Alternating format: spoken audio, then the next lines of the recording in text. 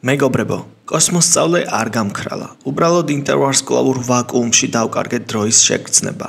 ახლა კი დავბრუნდი და ახალი galaktikuri თავგადასავლები წინ გველის. როგორი გრძნობაა, როცა უზარმაზარ ვრცელ შიშის მომგვრელ კოსმოსს აკვირდები, დამაფიქრებელი და თან ამავდროულად ოდნავ შემზარავიც. ერთადერთი იმედის მომცემი ღამის უკაცრიელ ცაზე ეს პატარა მოკაშკაშე წერტილები, ანუ ვარსკვლავებია. სამყაროში კი ჩვენთვის წარმოუდგენლად ბევრი ვარსკვლავი არსებობს. ზუსტი და არც მიახლოებული ციფრის დასახელებაც არ შეგვიძლია.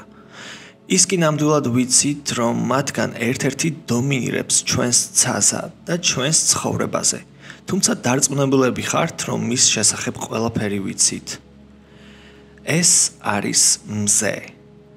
ადვილი მისახვედრია, რომ ჩვენს ეპოქამდე წარსულში ადამიანებისთვის მზე იყო ინსპირაცია უამრავი ლეგენდისა თუ მითის. სწორედ მზის იდუმალმა ბზინვარებამ წარმოშვა ადამიანში თუნდაც იმ იდეის გაჩენის სურვილი, რომ მზე არა უბრალოდ ვარსკვლავი, არამედ თვით ღვთაებაც ყოფილიყო. ჩვენი გონება 100 წლის წინ ვერც კი წარმოიდგენდა, რომ ტექნოლოგია ისეთი სიჩქარით განვითარდებოდა, როგორც დღეს. ეს კი საშუალებას გვაძლევს ჩვენი ერთადერთი ვარსკვლავი კიდევ უფრო სიღრმისეულად შევისწავლოთ. მართალია ის სიცოცხლეს უნარჩუნებს დედამიწას, მის მაცხოვრებლებს და მთელს მზის სისტემას, თუმცა არის უამრავი რამ, რაც არ ვიცით. მზის ჯოჯოხეთურ სასტიკ ბუნებაზე. პირველ რიგში დავიწყოთ სინათლით. სინათლე, რომელსაც ცაში ვხედავთ, ძალიან ასაკოვანია. მიუხედავად იმისა, რომ სინათლე არის ყველაზე სწრაფი რამ სამყაროში. ვიცი, ბევრისთვის ალბათ რთული გასაგებია, თუმცა მზის გამოსახულებას, რომელსაც ვხედავთ, არის დაახლოებით 8 წუთის და 20 წამის დაგვიანებით. ეს კი იმიტომ ხდება, რომ დედამიწასა და მზის შორის ძალიან დიდი მანძილია და სინათლესაც კი, რომელიც ყველაზე სწრაფია, რამდენიმე წუთი სჭირდება ჩვენამდე მოსაღწევად. მაგრამ რაც შეეხება ფოტონებს, აქ საქმე გაცილებით რთულადაა. მზის ბირთვში წარმოქმნილი ფოტონებს მის ყველა შიდა ფენის გასავლელად და შემდეგ კოსმოსში გასაქცევად 10,000-დან 170,000 წელიწადი სჭირდებათ. შემდეგი სურათი გადაღებულია მზის დინამიკის ობსერვატორიის თანამგზავრით, რომელიც NASA-მ საკმაოდ დიდი ხნის წინ 2010 წლის თებერვალში გაუშვა. და ის მიზნად ისახავდა მზის უკეთ შესწავლას. კერძოდ, მზის დინამიკური ზედაპირის და ატმოსფერის სხვადასხვა სინათლის სპექტრში დანახვით. სხვადასხვაში კი სინათლის დიაპაზონის მიღმა მზის დანახვა იგულისხმება. ამ მეთოდით ჩვენ მზის ჩვეულებრივ უხილავ დეტალებს ვხედავთ. ეს სურათი გადაღებულია 19.3 ნანომეტრიანი ტალღის სიგრძის გამოყენებით, რომელიც წარმოადგენს ექსტრემალურ ულტრაიისფერ დიაპაზონში ნაპოვნ სინათლეს. შესაბამის ტალღის სიგრძეზე ტემპერატურა 1 მილიონ კელვინს წარმოადგენს. ეს თითქმის 1 მილიონი ცელსიუსი გრადუსია. ჩვენ ნათლად შეგვიძლია მზის გვირგვინის უმაღლესი რეგიონის დანახვა. მეტის, არსებობს ძალიან იშვიათი მომენტები, როდესაც ის შეუიარაღებელი თვალითაც შეიძლება დაინახო. მაგალითად, მზის ტოტალური დაბნელებისას. როცა მთვარე სრულყოფილად ჩამოეფარება მზეს და ჩვენსა და მზეს შორის ფარად აღიმართება. რამდენიმე წუთით იბლოკება მზის ყველაზე ნათელი დისკი, ანუ ფოტოსფერო. ეს კი მზის უძლიერესად რადიაციული გვირგვინის დანახვის საშუალებას იძლევა. მიუხედავად იმისა, რომ გვირგვინის ამ ფორმით დანახვა უკვე დიდებული სანახაობაა, უნდა აღვნიშნოთ, რომ ეს ახლოსაც არ არის მის რეალურ ფორმასთან და სიძლიერესთან. გვირგვინის რეალური დეტალური ფოტო სწორედ ზემოთ ხსენებულმა თანამგზავრმა შემოგთავაზა. მოდით კიდევ ერთხელ უფრო ჩაუღრმავდეთ მზის გვირგვინს. დაახლოებით 20 მილიონი კელვინის ტემპერატურაზე ეს ძალიან ნათელი ლაქები მიუთითებს მოვლენებზე, რომლებიც ცნობილია როგორც მზის აფეთქებები. აქ კი ვხედავთ განსაკუთრებით დატვირთული მზის აფეთქების კადრებს, რომელიც 2022 წლის აგვისტოში არის მოპოვებული. ეს აფეთქებები, ანუ ელექტრომაგნიტური გამოსხივების ზღვა, რომელიც კოსმოსში იფანტება, ერთდროულად ლამაზიც და საშინელიც არის. რთული არაა იმის მიხვედრა, რომ ეს კოლოსალური აფეთქებები რეალურად მზის სიძლიერის მხოლოდ პატარა მონაკვეთს გვიჩვენებს. როცა მზის ველები ერთმანეთს კვეთენ, ველი მახინჯდება, შემდეგ კი სწრაფად რეორგანიზდება. ეს აქტივობა მზის გულში პლაზმის ტურბულენტური ბუნებით წარმოიქმნება, სადაც საერთოდ ეს ველები სათავეს იღებს. აქ კი კორონალურ ხვრელებს ვხედავთ, რომლებიც მუქ რეგიონებშია. მათი უფრო დეტალური დაკვირვება ექსტრემალურ ულტრაიისფერ დიაპაზონშია შესაძლებელი. კორონალური ხვრელები არის ოდნავ უფრო ცივი რეგიონები, ნაკლებად მკვრივი პლაზმის მქონე ადგილები, რომლებიც მაგნიტურად ღია არის. ჩვენს ენაზე რომ ვთქვათ, ეს რეგიონები მზის ქარს აძლევს საშუალებას, რომ გაცილებით იოლად გაიფანტნონ კოსმოსში. და როცა მზის ქარი დედამიწამდე აღწევს, ის დედამიწის მაგნეტოსფეროს ეჯახება და სწორედ ამით წარმოიქმნება ავრორა ბორეალისის ნათება დედამიწის პოლარულ რეგიონებში. ულტრაიისფერში მზის დანახვა მისი გარეფენების უკეთეს სურათს გვაძლევს. მაგალითად არსებობს მზის ფილამენტები, ანუ მზის ძაფები, უდიდესი პლაზმის მარყუჟები, რომლებიც ამოდიან მზის ზედაპირიდან და ზოგჯერ კოსმოსში ასობით 1000 კილომეტრზეც კი იწელებიან. მათ ფორმირებას შეიძლება ერთი დღე დასჭირდეს და შემდეგ მზის გვირგვინში რამდენიმე თვით სტაბილურად იარსებოს. მაგალითად ამ ვიდეოში, რომელიც ოდნავ აჩქარებულია, კარგად ჩანს ყოველივე ზემოთ ხსენებული. მოკლედ, მზის ინტენსიური მაგნიტური ველი მისსავე მატერიალს თავის ნებაზე ადრიალებს. მე პირადად წარმოდგენაც არ მქონდა და ვერასოდეს ვიფიქრებდი, რომ თურმე ხანდახან მზის ატმოსფეროში წვიმს. საქმე იმაშია, რომ მზე მისი პლაზმის კოსმოსში გასროლას ყოველთვის ვერ ახერხებს. ზოგჯერ ის მზის გვირგვინის ხაფანგში ექცევა, შემდეგ კი დროთა განმავლობაში ცივდება და ბოლოს მზისსავე ზედაპირზე მოკაშკაშე წვიმის სახით ეფინება. ეს კორონალური წვიმა უდაოდ საოცარი სანახაობაა. მისი უკეთ დანახვა კი შორი დისტანციიდან არის შესაძლებელი.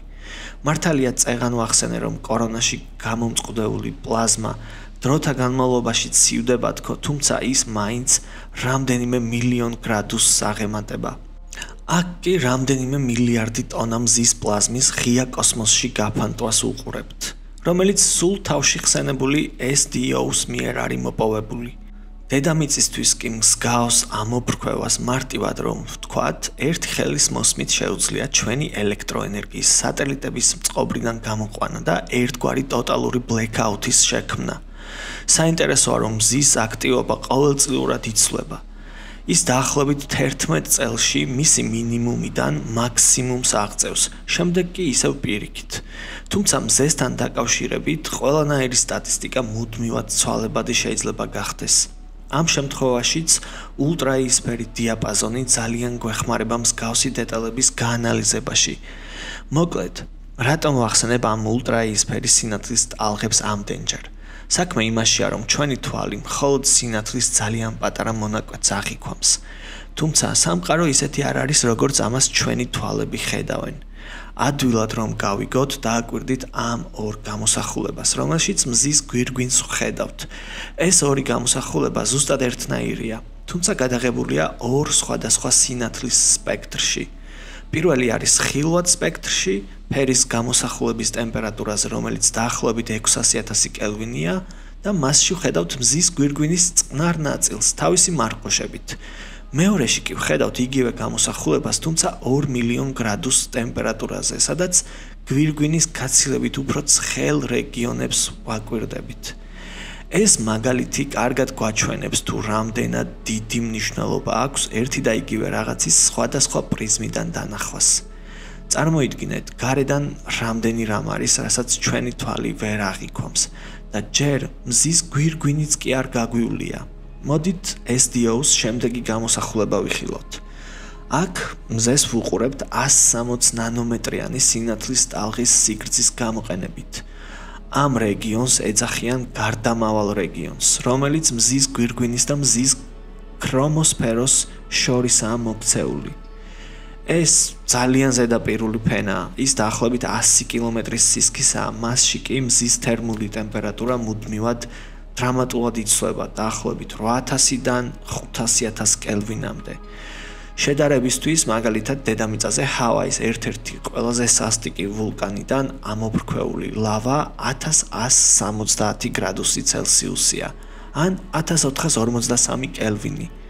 ეხლა კი მოდი მზის ქრომოსფეროს შევხედოთ, რომელიც მზის ატმოსფეროს ბოლო ფენა არის.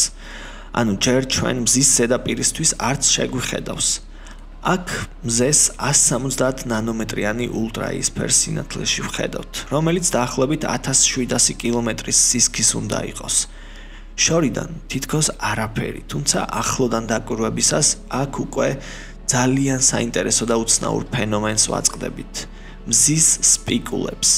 სპიკულები მზის ამ რეგიონიდან პლაზმის ჯეტებს დაახლოებით 100 კილომეტრი წამში სიჩქარით ისვრის ატმოსფეროს ზედა ნაწილის მიმართულებით. ეს სიჩქარე დაახლოებით 282 ჯერ სწრაფია ვიდრე ბგერის სიჩქარე და ისინი უმეტესად ევერესტის მთაზე რამდენიმე კილომეტრით დიდები არიან. ფორმირებას და შემდეგ კი მათ გაქრომას 5-დან 10 წუთი სჭირდება. პირდაპირ უნდა გითხრათ, რომ ამ სპიკულების რეალური ბუნება ძალიან დიდი ხნის განმავლობაში უცნობი იყო. თუმცა 2017 წელს მეცნიერების გუნდმა ეს ფენომენი დეტალურად შეისწავლა და გაირკვა, რომ სპიკულების წარმოშობის მიზეზი ნეიტრალური ნაწილაკებია, რაც მანამდე მეცნიერების აზრით მზის მოდელთან არც კი ასოცირდებოდა. მზეში კიდევ უფრო თუ ჩავღრმავდებით, უკვე ფოტოსფეროს გადავაწყდებით. აი აქედან იწყება უკვე მზის ზედაპირი, რომლის დანახვისთვის ყველაზე კარგი ვარიანტი სწორედ ხილვადი სინათლის სპექტრია. ჩვენთვის ფოტოსფერო მკვეთრი და თითქოს სრულყოფილი წრესავით ჩანს. ეს მარტივად რომ ვთქვათ, იმის გამო ხდება, რომ ჩვენ მას ძალიან შორი მანძილიდან ვაკვირდებით. თუმცა მზე არც ასეთი სრულყოფილი და მით უმეტეს ფორმით სოლიდური არ არის. თავად მზე მყარი არ არის და არც არასოდეს ყოფილა, ვინაიდან ის ძალიან ცხელია იმისთვის, რომ იქ მატერიამ თხევად, მყარ ან გაზის მდგომარეობაში იარსებოს. მას მხოლოდ პლაზმად შეუძლია იარსებოს, რომელიც მატერიის მეოთხე სტადიად არის მიჩნეული.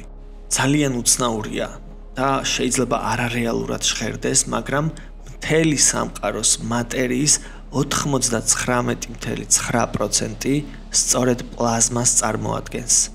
პლაზმა თავისი ტენდენციით თითქოს გაზს წააგავს, თუმცა ის რეალურად იონიზებული ატომებისგან და თავისუფალი ელექტრონებისგან შედგება. ფოტოსფეროს სისქე დაახლოებით 400 კილომეტრის სიღრმეში ჩადის და ეს არ არის ფიქსირებული რიცხვი, ზოგან შეიძლება კიდევ უფრო ღრმადაც ვრცელდებოდეს. სამწუხაროდ ამ ფენის მიღმა ჯერჯერობით ძალიან რთულია ისეთი დეტალური ინფორმაციების მოძიება, როგორიც მზის სხვა გარე ფენებზე გვაქვს. ამ გამოსახულებაზე ასევე კარგად ჩანს მუქი ლაქები, იგივე sunspots. ისინი მზის ზედაპირზე არსებული შედარებით ოდნავ ცივი ადგილებია. უცნაური ის არის, რომ როცა ორ სხვადასხვა დიაპაზონში გადაღებულ კადრებს ერთმანეთს ვადარებთ, ვხედავთ, რომ ზუსტად მზის ზედაპირზე მყოფი ეს შავი ლაქები ემთხვევა რეგიონებს, საიდანაც მზე წარმოუდგენელი ოდენობის პლაზმას აფრქვევს.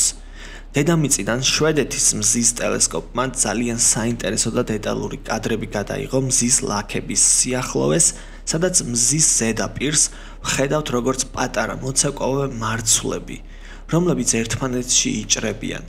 თითოეული ეს მარცვალი, რომელიც დაახლოებით 1000 კილომეტრის სიგრძის და სიგანის შეიძლება იყოს, ფორმას მუდმივად იცვლის და ერთმანეთში იჭრებიან. მიუხედავად იმისა, რომ უამრავ რამეზე ვისაუბრეთ, სამწუხაროდ ჩვენს თანამგზავრებს ჯერჯერობით მზის კიდევ უფრო სიღრმისეული შესწავლა არ შეუძლიათ. ეს მხოლოდ ზედაპირი იყო და ატმოსფერო. მზის შიგნით როგორი პროცესები მიმდინარეობს, რა ხდება, რანაირად და საიდან, ეს ჯერ უბრალოდ არ ვიცით. მხოლოდ ზედაპირულად შეგვიძლია ვივარაუდოთ რაღაცეები. რაც ნამდვილად ვიცით, არის ის, რომ ჩვენი პლანეტის და სისტემის არსებობა დამოკიდებულია სწორედ ამ ვარსკვლავზე. და დღეისათვის სულ ეს იყო. თუ მოგეწონათ ეს კოსმოსური მოგზაურობა, არ დაგავიწყდეთ არხის გამოწერა, ვიდეოს დალაიქება და სურვილის შემთხვევაში მცირე დონაცია.